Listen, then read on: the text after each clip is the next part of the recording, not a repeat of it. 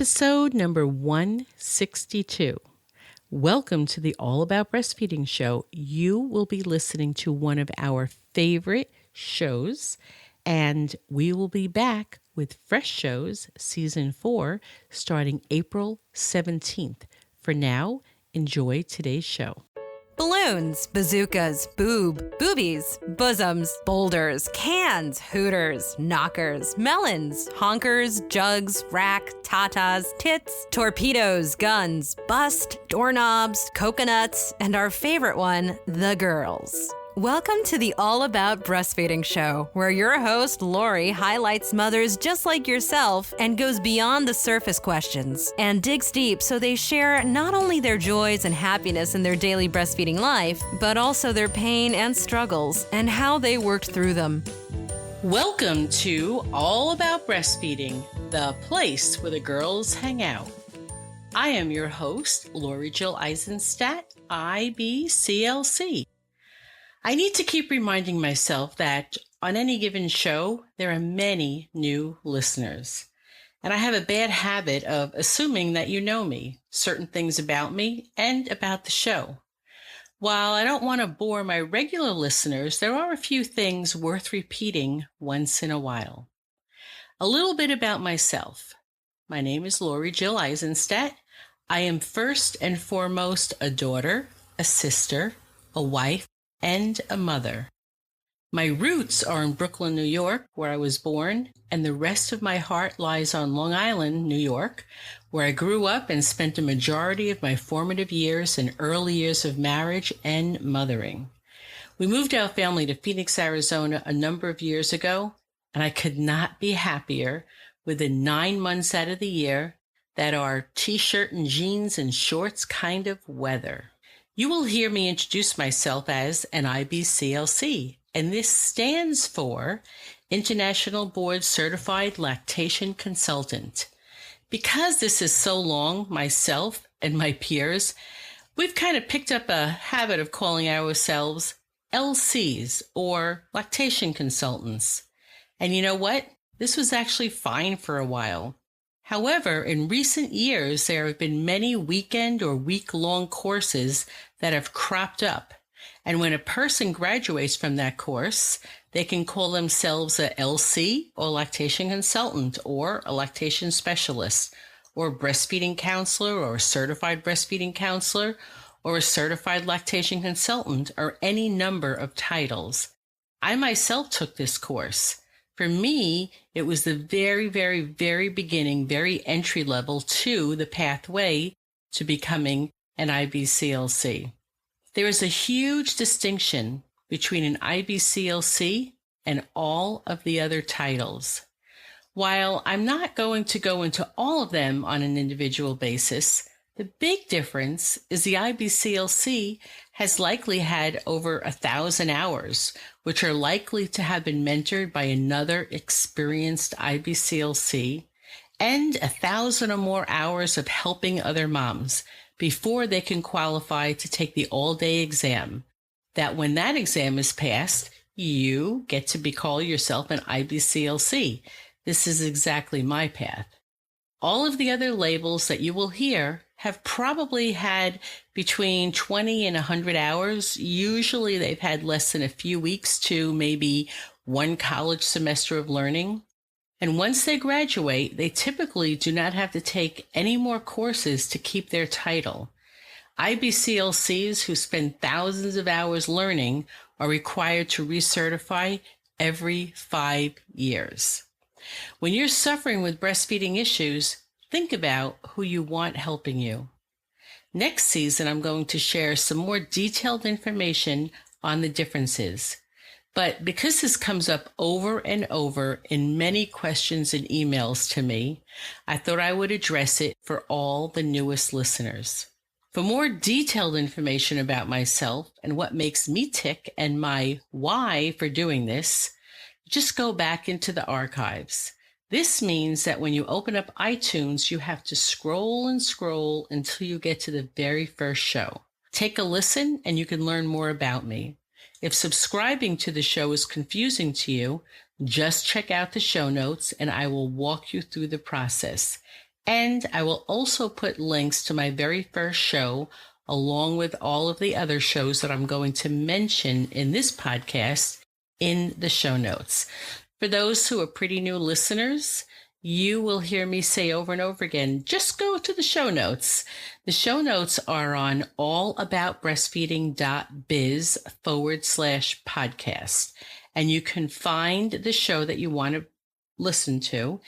You click that open, and when you do that, there are notes from each individual show. And in that, you will find the links to various places and people and books that I mentioned during each show. On that note of checking out my very first show, I wanted to mention that I've done a number of shows where I have interviewed book authors. Don't worry if you're not in a place where you can write down this information. You can always replay this episode and take notes, or again, guess what? You can just check out the show notes and find the information all there. Some of these are the most popular and heavily downloaded shows. Let's see. Let's go back to episode number 20, where I interviewed Jessica Shortall, who wrote a book on breastfeeding and pumping in the work world. I love the name of her book, Work, Pump, Repeat. She traveled the world postpartum, and she dragged her pump to far off places wherever she went. And I love the stories that she shares about how she did this, how she kept her pump with her, pumped milk for her baby, and traveled. Pretty interesting. So go ahead and listen to that show. Episode number 24, one of my favorite authors in the breastfeeding world, Nancy Moorbacher. She wrote a book called Breastfeeding Made Simple, and we get a glimpse into her personal life during this podcast, and we also talk about things that she's written in her book. You know how I like to get personal with my guests, and Nancy did share some fun stuff with us that you just don't learn from a book. Episode number 41. My good friend Vanessa Merton, host of the Pregnancy Podcast, which you should all check into on iTunes. She recently wrote the Birth Plan book, and you can check that out as it is available on Amazon. Next up is another episode that has a lot of downloads, number 44, one of the most popular shows with another great author, Dr. Jack Newman. He is a pediatrician from Canada. He has written so many books and is such a dedicated pediatrician who really cares about breastfeeding. He recently wrote a piece for Huffington Post and asked me to share it with everybody that I know, and I'm happy to do so. And what I'm going to do is talk about some of the parts of his article in a few minutes. I am incredibly psyched for season 2, as I have some really well-known authors that I've interviewed, and you are going to get to know them better and learn a lot. So stay tuned for season 2, which begins in October. On to Dr. Jack Newman's Huffington Post article, which again, I will post a link to his article in the show notes. One of my favorite things that he says that always melts my heart when I hear him say it. Breast milk is not just about the milk, it is a relationship. He is so incredibly wise and so right about this. The title of his article is, Do Mothers Really Have the Right to Choose to Breastfeed? It's a pretty interesting title and one that really made me raise an eyebrow. And then I continued on and read it. This is a pretty hard-hitting article. I am going to go over some parts of it, and I'm very interested to hear your thoughts about it. He goes on to explain that, of course, mothers have the choice. However, he then goes on to explain that while they have the choice, sometimes the odds seem to be against them. Moms are quite reliant on assistance from their healthcare providers as they deem them the experts in breastfeeding. He says that if the slightest problem arises with regard to the mother or baby and their breastfeeding relationship, the first thing many mothers will hear from their doctors is, give the baby formula. Or they might even hear their doctor say, stop breastfeeding altogether. Dr. Newman talks about the common practice of moms being pushed and sometimes forced into bottle feeding their baby. And if they don't comply, they're made to feel like a bad parent because they are not thinking in the best interest of their baby. Once they do comply, frequently their breastfeeding is lost. Mothers are then left frustrated and devastated because they desire to breastfeed and now they are not. They often express feelings of feeling like a failure. Dr. Newman comes from a place of experience and what he sees happen to the mothers at the clinic where he works. He acknowledges that the moms are having problems with breastfeeding. However, he feels that with some good help, the mother can go on to breastfeeding exclusively. He is advocating for the mother to receive excellent and experienced help with breastfeeding as a first, rather than go to pumping and bottle feeding or formula feeding as the first response. Dr. Newman states in his article that in only a small minority of cases do the moms actually get the help they need. I would say that when moms get the right help early on, frequently the fix is simple, and in a few days after receiving help, a majority of moms could be exclusively breastfeeding, and I fully agree with him on that one. The push to move away from breastfeeding is why Dr. Newman feels that, in his words, we don't allow mothers to breastfeed their babies. In his article, Dr. Newman gives a few examples of the myths that have been passed down and the incorrect medical advice that moms are given that frequently send their breastfeeding desires on the wrong path and make it very difficult to exclusively breastfeed. The first myth is that when a mom gives birth to a baby who is less than 34 weeks gestation, that babies must learn to bottle feed before they can breastfeed. His argument with this: there are no scientific studies that prove this. Moms should be encouraged to breastfeed their premature baby. Let's work together with experts and see how your baby does, and then go from there. It is just not true breastfeeding is more tiring than bottle feeding, but this is the myth that seems to be perpetuated. Sometimes a new mother does not have the volume or the flow that her baby wants and needs, and the baby tends to fall asleep at the breast. But there are ways of keeping your baby at the breast while you are building your supply. An experienced IBCLC will be able to help you decide how to proceed and if there is a good reason for alternative feedings. In my private practice, I see it as a standard of care for premature babies to be fed fortified milk with cow's milk. This is another myth that all premature babies need this. Dr. Newman feels that not all babies need this fortifier, and it should be decided on an individual basis, and if they do need additional milk to be fortified, it can be made from human milk. This is a very important point because in order for your baby to get this fortifier, they need to get it from a bottle or from some other alternative feeding method. What if your baby is breastfeeding well and actually does not need the fortifier? Then we have introduced the bottle, which frequently undermines the breastfeeding.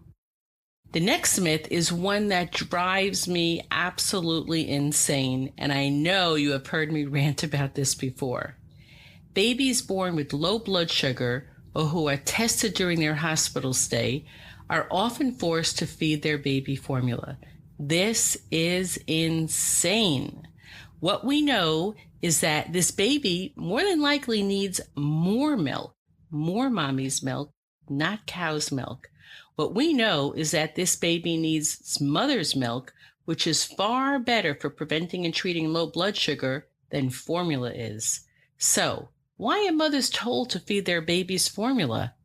I believe it is because there is a lack of knowledge of how breastfeeding works, the importance of good latches and milk transfer, and a huge lack of knowledge about the properties in human milk.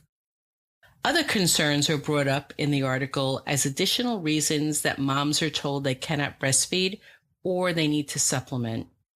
I will have a link to the article in the show notes. It is interesting to note and important for me to say that there are enough times in my private practice where I do feel a baby needs to be supplemented. The first choice is always mother's milk or donor milk.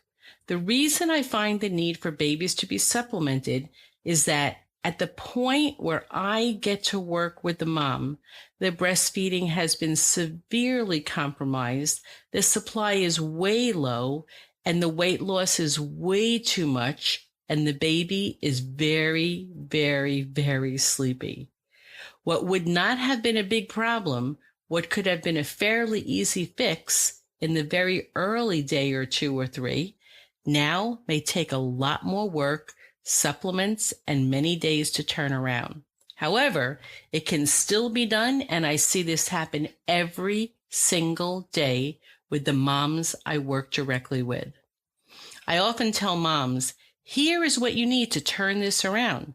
Continue to stay motivated and dedicated to your goal of exclusive breastfeeding. A commitment to ensuring your baby is well fed and you are doing all you can to boost your supply if it is low. You need to keep doing all you can to work on breastfeeding. Some good old-fashioned family support and excellent help from a professional IBCLC. It never fails to give me goosebumps to see how quickly many seemingly difficult situations are turned around in a week or 2 of dedicated work. Thanks to all the authors I've interviewed. You have written great books that help the breastfeeding mom with all aspects of breastfeeding. And thank you, Dr. Newman, for another great article. I hope that we can carry on this conversation in our Facebook group. I'm interested to hear what other people have to say. You can share what your experience has been. If you haven't joined yet, go ahead and do so. Just search for All About Breastfeeding Community in Facebook and click on the link that says Join. Become involved in the conversation, introduce yourself, and let's have fun getting to know one another. If you want to have a say in what kind of shows I produce, go into the Facebook group and participate in the poll in which I ask you, what kind of shows do you want to see more of? One of the many reasons I am loving this Facebook group is the ease and the ability to connect with moms all over the world. Christina is a new member, and I would like to say, hi, Christina. Thanks for introducing yourself. I thought what you had to say was so interesting, I'm going to read your introductory post on the air. Here it goes. I'm a regular listener from Sweden. Thanks a million for all the episodes so far. I just joined this group because breastfeeding has become a genuine interest of mine, both the practice and the theory behind it. I like that it is a craft, fine art, and science, all in one nurturing, bonding act. And you know what? You got that right, Christina. She says, I'm 33 years old and I'm currently on maternity leave with my first child, a girl just about to turn 18 months, and also just about to be entered into public daycare system. Yikes. Put together, I've been home 12 months and my husband 7. I'm still breastfeeding, pretty much on demand, and plan on keeping it up until she self-weans. Sweden and our neighbors, most of all Norway, are best in class when it comes to being family-friendly. I think that all our hospitals are baby-friendly ones, and parental leave is paid 80% of your salary, and we can start our leave 2 months before the baby even comes. And if one can afford it, you could stretch the parental pay to cover 2 or 3 years at home. Most people, though, opt for about 18 months at home. And I can just hear and see the moms from the United States just going crazy at this. Christina says, I would say that breastfeeding is absolutely considered to be the norm and encouraged in her country. That being said, there's room for improvement. Good knowledge on breastfeeding is not widely spread. Healthcare providers promote that breast milk is the best for baby, but it is not always evidence-based advice that is being given to mothers on breastfeeding. I was told to feed every 4th hour by a pediatrician in the hospital after delivering our daughter. A nurse gave us a pacifier on day 2 and said that we should always keep formula at home just in case. A third one confirmed that breastfeeding did hurt and it was something to muster through before it got better. Thankfully, there are a lot of knowledgeable individuals in the system as well. And all in all, we got off to a good start. What makes me sad is that we were lucky to meet the right person and she could offer valuable insights that should be given to all new mothers. You're absolutely right, Christina. Also, while breastfeeding is the norm, in the general mind, it raises eyebrows when breastfeeding past a year. From what I experienced, it is expected to phase out breastfeeding somewhere between 6 to 12 months. Everything into the second year is extended breastfeeding. And then she writes, okay, this clearly turned into a novel.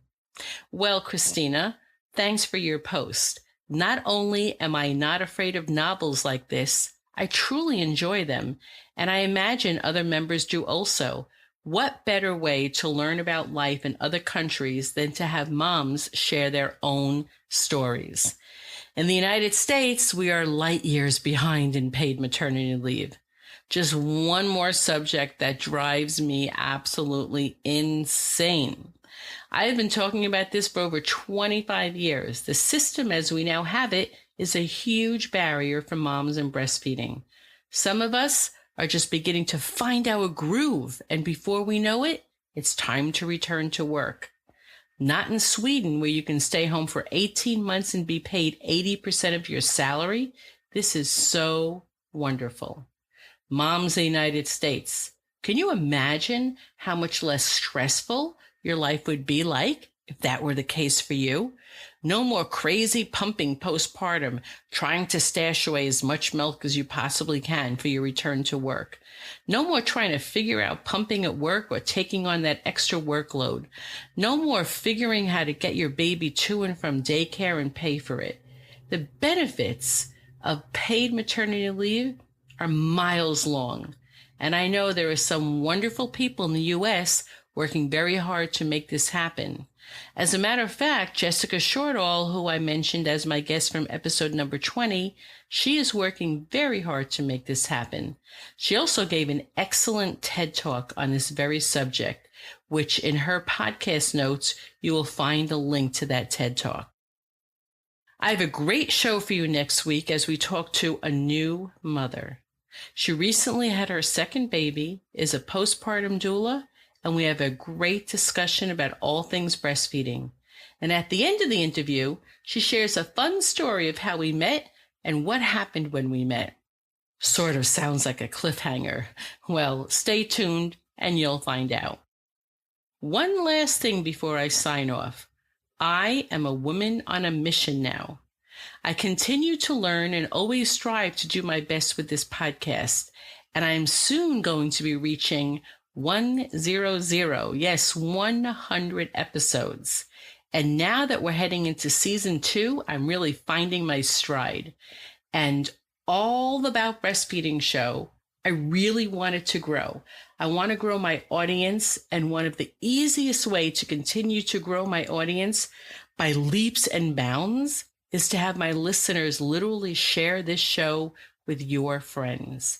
Send them links to the show in an email or a text message or a Facebook message. Just think of all that you've learned so far by listening to the show. Can you think of a few friends who are newly pregnant or just gave birth and are breastfeeding? Of course you can. Go ahead and share this show with them. The next thing I'm going to ask you is a very big favor. It's not hard, and it doesn't take you more than 5 minutes, but it'll take you a few minutes. I really want mothers to have access to this show, and the absolute capital BEST, the absolute best way to do this is for each one of you to just take 5 minutes and go to iTunes. Search for the show. If you have not yet, subscribe to the show. Then the next biggest thing you can do for me is rate and review the show. It is those 5-star reviews that makes iTunes stand up and pay attention and make this show more visible to people who are searching for it in iTunes. I will leave you with this one quote from Martin Luther King Jr. Our lives begin to end the day we become silent about things that matter. Until the next show, bye-bye.